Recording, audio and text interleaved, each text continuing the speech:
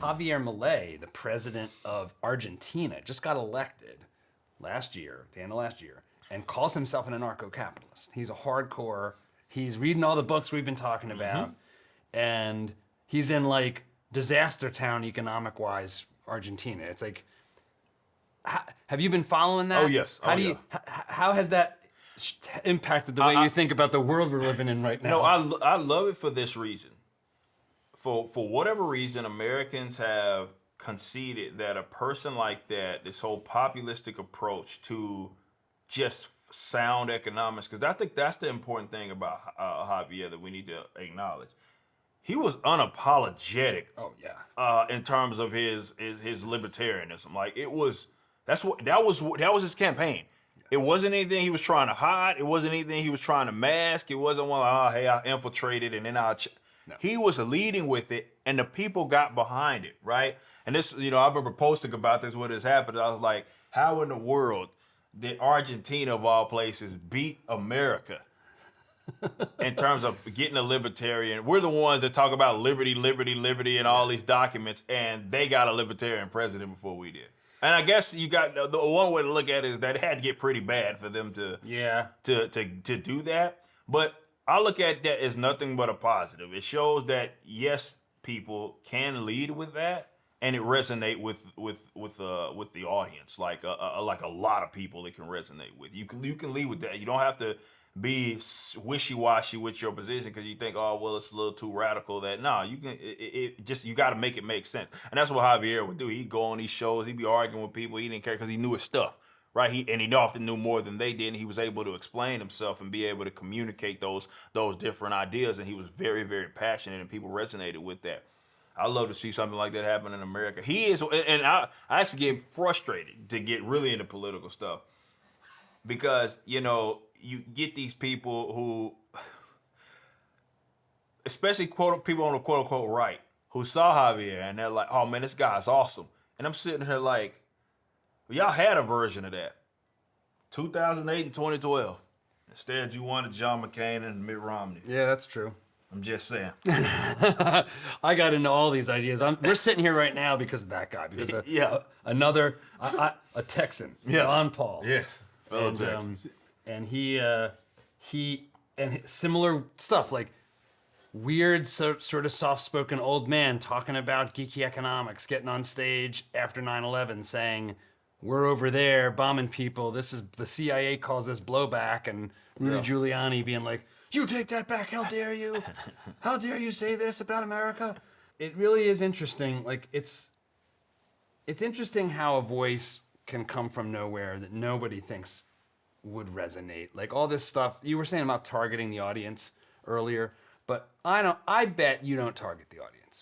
I bet you do what Rick Rubin does, and it's like, do I love this? Is this awesome? All right, let's do it. Put it out. Yeah, put it out. That's my approach, and I think, again, that's what resonates with it, though. Like, that's what resonates with the audience, and that people respond to that. People will gravitate towards that. You just got to be honest, man. You just got to be real. I think the authenticity, man, is the easiest marketing ability. I don't care what you're in, politics, business, whatever you're in, definitely in this day and age, because everything seems so fake.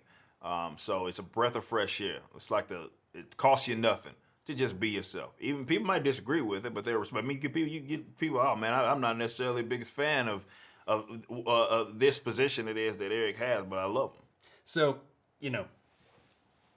and you laid it out like, okay, there's nothing you want the government to do. Nothing. Zero. Go away. It was up to shrink to the size of the what is it like shrink to the size of a thimble, or shrink small enough to drown in a bathtub, and then drown it. Yeah. You're there. Yeah, exactly. What has been the most challenging argument to your position? Where do you honestly go, that is tough?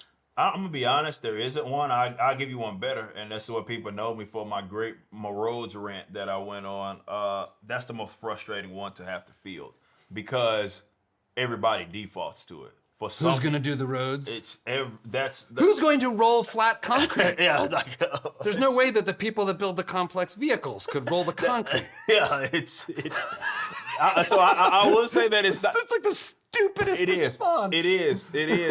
So I will say that there's not one necessarily that I've hit that I was like, oh man, I think that's difficult. And then that doesn't mean that I have the answer to everything. It more than likely means someone else has entertained that, and that's the cool thing about liberty. Like, it's funny about this whole Rhodes thing. Walter Block has like a massive, like, I don't know how many pages that freaking essay is of him saying, okay, you wanted an answer? How we gonna do this?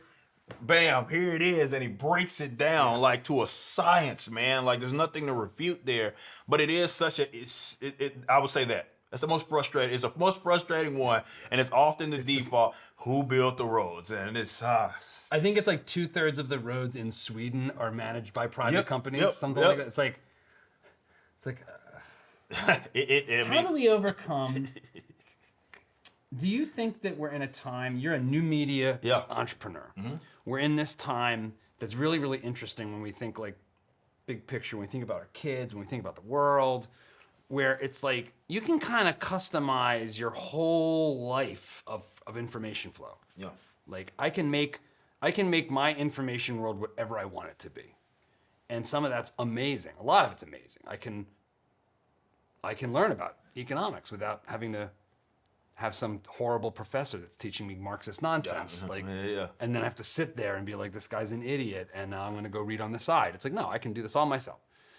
But it is like we are in a time where it's like, well, we're all reading different stuff. We're all going down different echo chambers, right? Like, do you think about that? Like, as a philosophical person and as somebody like cares about the future, do you worry that like the things that are exciting also have this sort of dark feedback loop where like, what does truth even mean in 2024? Yeah, what does it mean? Like, that's such a good question. I mean, for me, it's like I'll say this much: divisiveness doesn't bother me as much as I think it does for other people. My issues that come with it are when people think that it's proper to use aggression upon people because they are not aligned with them on whatever topic, right?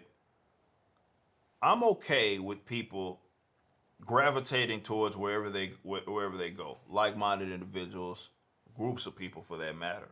It doesn't bother me. The issue is when you try to force that on every other individual and you feel like that is the righteous position. This is why I feel like our political philosophy is not, I know it is the only moral one, because it's the only one that allows you to do that. Yeah. Whereas you want to create a communist commune in Texas, you can do that. You can do that. You can't create a mini Texas in North Korea. Bingo, right? That we will allow them to do what they want to do. They won't allow us to do what we want to do. So we have the moral position. So that's why I say about that's also my approach again with the whole divisiveness thing. It's not something that I fear or anything. I'm okay with people again finding those pockets of places and theories and ideas, whatever. I'm okay with that. The difficult thing is trying to get people to understand, okay, I'll embrace your uniqueness or whatever it is, world it is that you want to see. How do I convince that person to keep that within a voluntary means? Is the conversation that I think we should be having. Less about what and more about, okay, can you keep that to other people that agrees to you? Or is it going to bleed out? If you like this clip, we've got more where that came from. Be sure to watch the full video, and don't forget to subscribe to the channel so you won't miss our new videos as they come out each week.